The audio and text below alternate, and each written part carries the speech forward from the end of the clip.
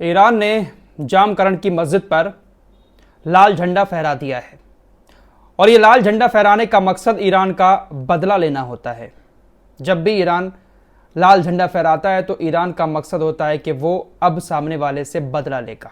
2020 में भी कासिम सुलेमानी की मौत के बाद ईरान ने जामकरण की मस्जिद पर झंडा फहराया था।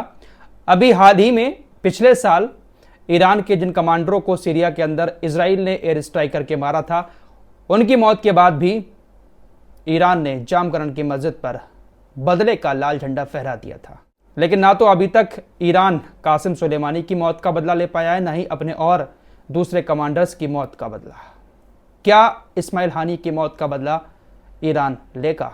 भले ही इस्माइल हानिये का ताल्लुक ईरान देश से ना हो, लेकिन ईरान के यहाँ वो मेहमान बनकर आए थे और मेहमान भी किसी ऐसे वैसे इंसान के नहीं बल्कि खुद ईरान के राष्ट्रपति के मेहमान थे। दोस्तों, बहुत सारे सवाल इस वक्त उठ रहे हैं, मेरे दिमाग में भी हैं और पूरी दुनिया के दिमाग में भी हैं। आप लोग भी लगातार वीडियोस देखते हैं, आपके दिमाग में भी बहुत सारे ऐसे सवाल होंगे जिनका जवाब आप ढूंढ नहीं पाते होंगे और ना ही मुझे उन सवालों का जवाब मिल पा रहा है कि आखिर क्यों ईरान के ऊपर इजराइल, अमेरिका जैसे देश एक के बाद एक इतने बड़े हमले किए जा रहे हैं और ईरान अभी तक सिर्फ और सिर्फ बड़ी बड़ी धमकियां ही दे रहा है। सोचने वाली बात है, हाल ही में ईरान ने अपने राष्ट्रपति को खो दिया, अपने विदेश मंत्री को खो दिया, लेकिन उसका भी अभी तक कुछ पता नहीं चल पाया है। ईरान ने खुद अपनी जांच की और खुद रिपोर्ट जारी कर दी कि भैया वो सिर्फ एक हादसा था, ऐसा कुछ नहीं हुआ था। लेकिन बहुत सारे लोग उस वक्त भी कह रहे थे कि जीपीएस में कुछ ना कुछ गड़बड़ी की गई है। इब्राहिम रईसी और ईरान के विदेश मंत्री की मौत एक हादसा नहीं है, बल्कि उनको किसी ने मारा है। लेकिन ईरान ने थोड़ी सी इन्वेस्टिगेशन की और उसके बाद साफ तौर से कह दिया कि किसी ने नहीं मारा है और ना ही हेलीकॉप्टर पर किसी तरह की गोली का निशान मिला। जब हेलीकॉप्टर पूरा का पूरा जलकर राख हो चुका था तो ईरान की इन्वेस्टिगेशन टीम को हेलीकॉप्टर की बॉडी पर गोलियों के निशान कैसे दिख जाते? अरे जब बॉडी सही सलामत होगी तभी तो पता चलेगा कि इस बॉडी पर कोई निशान है या नहीं है। लेकिन हेलीकॉप्टर पूरा का पूरा जल गया था, सिर्फ पीछे की एक टेल बची थी, इसके अलावा कुछ नहीं बचा था। आप सबने देखा होगा। लेकिन उस राष्ट्रपति की मौत को भी ईरान ने कहा कि ये एक हादसा है। लेकिन अब ईरान ने जामकरण की मस्जिद के गुंबद पर लाल झंडा फहरा दिया है, तो क्या ईरान वाकई में इस लाल झंडे को फहराने के बाद कुछ बड़ा करेगा? वैसे ईरान के नेताओं की तरफ से, ईरान के जो कमांडर्स हैं, जनरल है, उनकी तरफ से बड़ी बड़ी धमकियां आ रही हैं कि हम ज़ायोनी शासन को ऐसा दर्द देंगे कि उनको अपने इस किए पर पछतावा होगा। ये बातें ईरान बहुत टाइम से कर रहा है। देखिए, हम ईरान की तारीफ इसलिए करते हैं क्योंकि जितने भी संगठन हैं, इनके सभी के नेता ईरान की तारीफ करते हैं और ये कहते हैं कि भाई ईरान हमारा साथ दे रहा है, फिलिस्तीन का साथ दे रहा है। लेकिन ईरान किस तरफ चल रहा है, ईरान की सोच क्या है, कोई नहीं जानता। ये कोई छोटी बात नहीं है मेरे दोस्तों। पिछली वीडियो में भी मैंने इस बात का जिक्र किया था कि ईरान जैसा देश जो अपने आप को सुपर पावर की कैटेगरी में लेकर आने वाला है, ईरान कहता है कि हम जितने ताकतवर अब हैं पहले कभी नहीं हुए। लेकिन इसके बाद भी एक मिसाइल तेहरान के अंदर, राजधानी के अंदर एक होटल में उस कमरे पर आकर गिरती है जिस कमरे में हमास के नेता मौजूद थे। देखिए, सवाल तो उठेंगे और उंगली ईरान के ऊपर भी उठेगी। आखिर कैसे पता चला कि इस्माइल हानिये तेहरान के इस होटल में हैं और उस होटल के उस रूम में हैं? इस्माइल हानिये के रूम के ऊपर ही मिसाइल गिरी है। कोई छोटा मोटा देश तो है ही नहीं ईरान। लग तो ऐसा रहा है कि शायद ईरान का ही कोई इन लोगों से मिला हुआ है। देखिए, सवाल उठेंगे और ये मनगढ़ंत सवाल नहीं है। कितना भी कोई नासमझ क्यों ना हो, उसके दिमाग में ये सवाल आएंगे कि राजधानी तेहरान के अंदर कैसे पता चला इजराइल या मोसाद के एजेंट को या सीआईए अमेरिका के एजेंट को कि इस्माइल हानिये इस होटल में रुक रहे हैं। उस होटल का कमरा नंबर तक मालूम था और ऊपर से मिसाइल इस्माइल हानिये के रूम पर ही गिरी। फिलहाल तुर्की समेत तमाम इस्लामिक देशों ने कड़े शब्दों में निंदा की है। तुर्की के राष्ट्रपति रजब तैयब एर्दोगान ने कहा कि मैं अपने भाई इस्माइल हानिये की इस हत्या की कड़े शब्दों में निंदा करता हूं।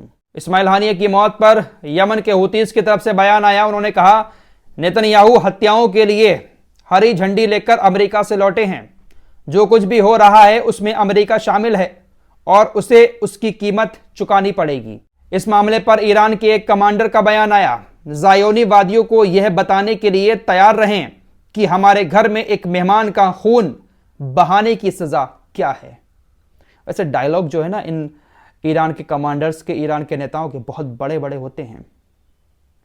देखते हैं क्या होता है। लाल झंडा तो फहराकर अपना चेहरा तो बचा लिया है, अपने आप को ईरान थोड़ा सा बचाने की कोशिश तो कर रहा है, लेकिन ईरान के मुंह पर यह तगड़ा तमाचा जड़ा है। भले ही आप पक्के वाले ईरान के समर्थक हों, लेकिन आज ये बात आपको भी माननी पड़ेगी कि ईरान के मुंह पर एक शर्मनाक तमाचा इजराइल ने जड़ दिया है। तुर्की के राष्ट्रपति रजब तैयब एर्दोगान ने कड़ी निंदा करने के साथ साथ यह भी कहा कि इस्लामिक दुनिया और मानवता के सख्त रुख से हमारे भूगोल से इजरायली आतंक खत्म हो जाएगा।